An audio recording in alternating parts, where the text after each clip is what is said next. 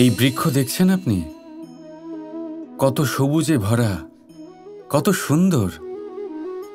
এটার শীতল ছায়াতে সুখ পাওয়া যায়। এটার ডালে বসে পাখির আওয়াজ শুনলে সমস্ত ক্লান্তি দূর হয়ে যায়। কিন্তু এই বৃক্ষ কি শুরু থেকেই এরকমই ছিল? এটা কি সবসময় এরকমই ছিল? না। প্রত্যেক বছর হেমন্তকালের নির্মম আঘাত একে সহ্য করতে হয়। এর পাতাগুলোকে শুকিয়ে মাটিতে ফেলে দেয়, কিন্তু তবু এই বৃক্ষ অটল দাঁড়িয়ে থাকে। আর তারপর যখন বসন্তকাল উপস্থিত হয়, একে নতুন জীবন দান করে যায়। এটার মধ্যে পুনরায় ছোট ছোট ফুলের কুঁড়ি দেখা যায়। এই বৃক্ষ হেমন্তের মুখোমুখি হয়েছিল, তাই আজ সবুজে ভরা। এটা পুরনো পাতার জন্য শোক পালন না করে পরিবর্তন স্বীকার করেছিল, তাই আজ আমাদের সাথে এই সুখ ভাগ করতে পেরেছে। তাই মনে রাখবেন একটা অত্যন্ত জরুরি কথা: পরিবর্তন আর কষ্ট, এটাই সংসারের সবথেকে মহান সত্য। যারা এটা স্বীকার করে নিয়েছেন, ধরে নিন তারা ধন্য হয়ে গেছেন। রাধা রাধা। কৃষ্ণ, উগ্রপতি মশাই যেটা বলছেন সেটাই হবে। না বৃষবান কাকা, এ অসম্ভব, কিছুতেই হবে না এটা।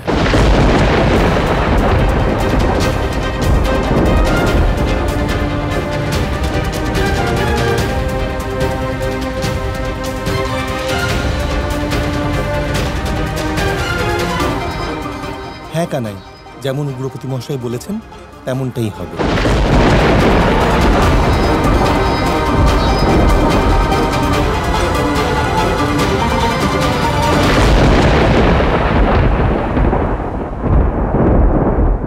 মিত্র, আপনি কৃষ্ণকে এখান থেকে নিয়ে যান।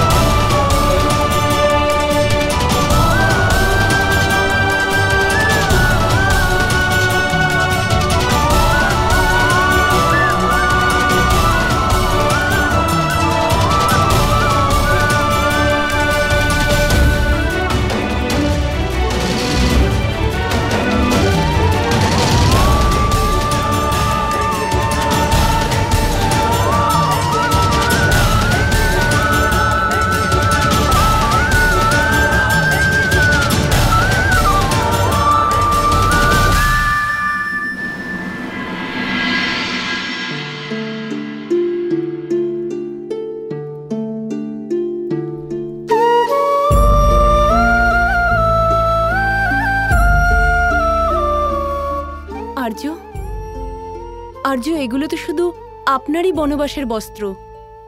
আমার বস্ত্র কোথায়? পাপ আমি করেছি কীর্তিদা, তাহলে ফল তোমাকে কি করে ভোগ করতে দেব?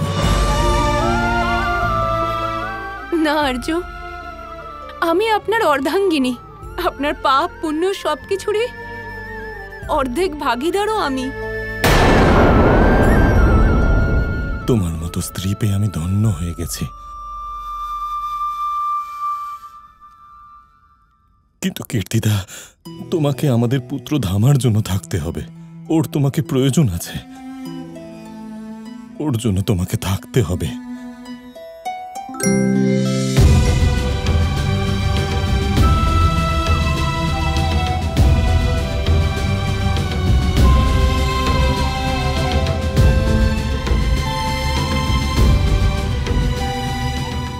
বাবা,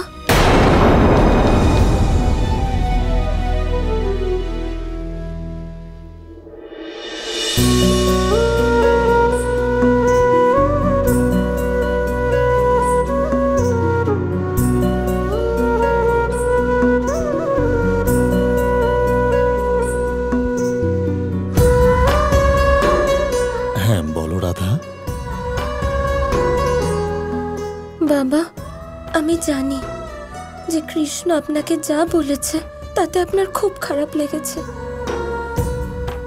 কিন্তু ওর হয়ে আমি আপনার থেকে ক্ষমা চাইছি। রাধা,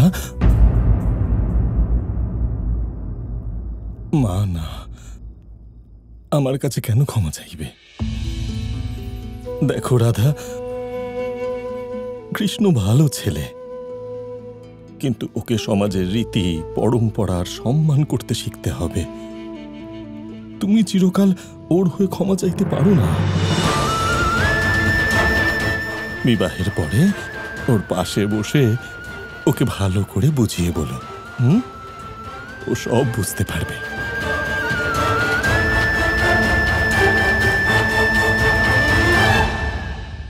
আপনি যেমন বলবেন আমি তেমনই করব। একটা গুরুত্বপূর্ণ কাজ আছে, আসুন।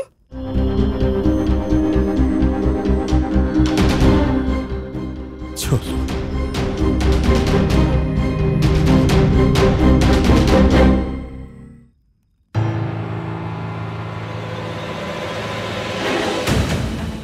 আয়ান, আয়ান, তুমি ফিরে এসেছো পুত্র।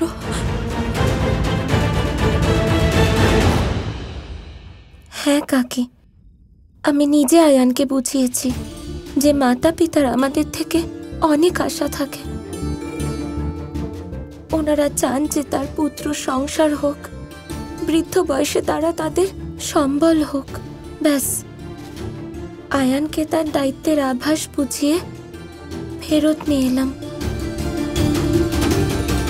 হ্যাঁ, রাধা আমাকে আমাদের বাল্যকালের বন্ধুত্বর দিব্যি দিল, তাই আমাকে আসতেই হলো। এখন আমি রাধাকে তার বিবাহতে একা থাকতে দেব না, ওর সাথেই থাকবো।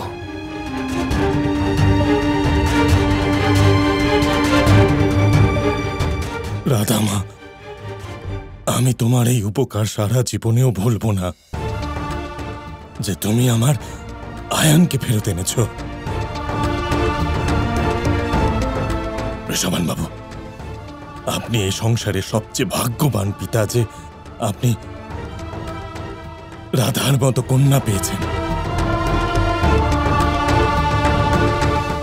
আয়ান, যৌবন বয়সে অনেক সময় আমাদের বিচার বুদ্ধি ভ্রষ্ট হয়ে যায়, কিন্তু তা ত্যাগ করে আশার হাত ধরাটাই সঠিক আচরণ।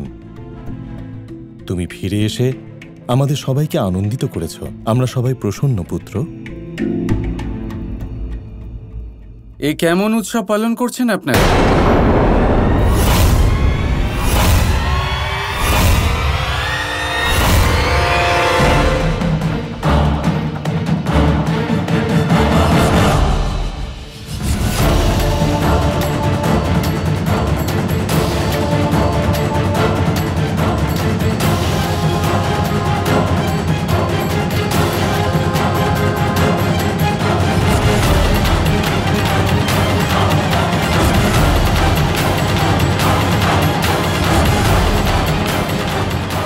হ্যাঁ, কিসের উৎসব পালন করছেন আপনারা? আমি তো দেখছি সবাই এখানে উপস্থিত। বাহ, হবু বরকে কি ডাকাটাকে উচিত মনে করলেন না? আর রাধা, তুমি তো আমাকে বলতেই পারতে, তাই না? তুমিও আমাকে বলো।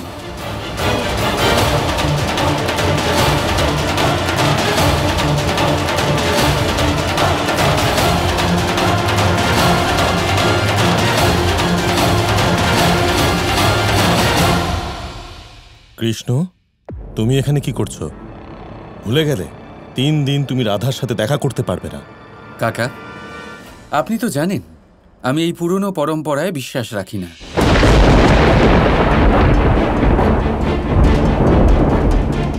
আমার কিচ্ছু যায় আসে না এসব রীতিতে। আমার মতে আমি রাধাকে ভালোবাসি, রাধা আমাকে ভালোবাসে, আর আমি যখন ইচ্ছে এসে রাধার সাথে দেখা করতে পারি। শোনো কৃষ্ণ, তুমি খুব ভালো, কিন্তু অন্যদের কথাও তোমার ভাবা উচিত। তুমি মানো না, কিন্তু আমরা তো এই সমস্ত রীতিতে বিশ্বাস করি। কৃষ্ণ কৃষ্ণ কৃষ্ণ কৃষ্ণ কৃষ্ণ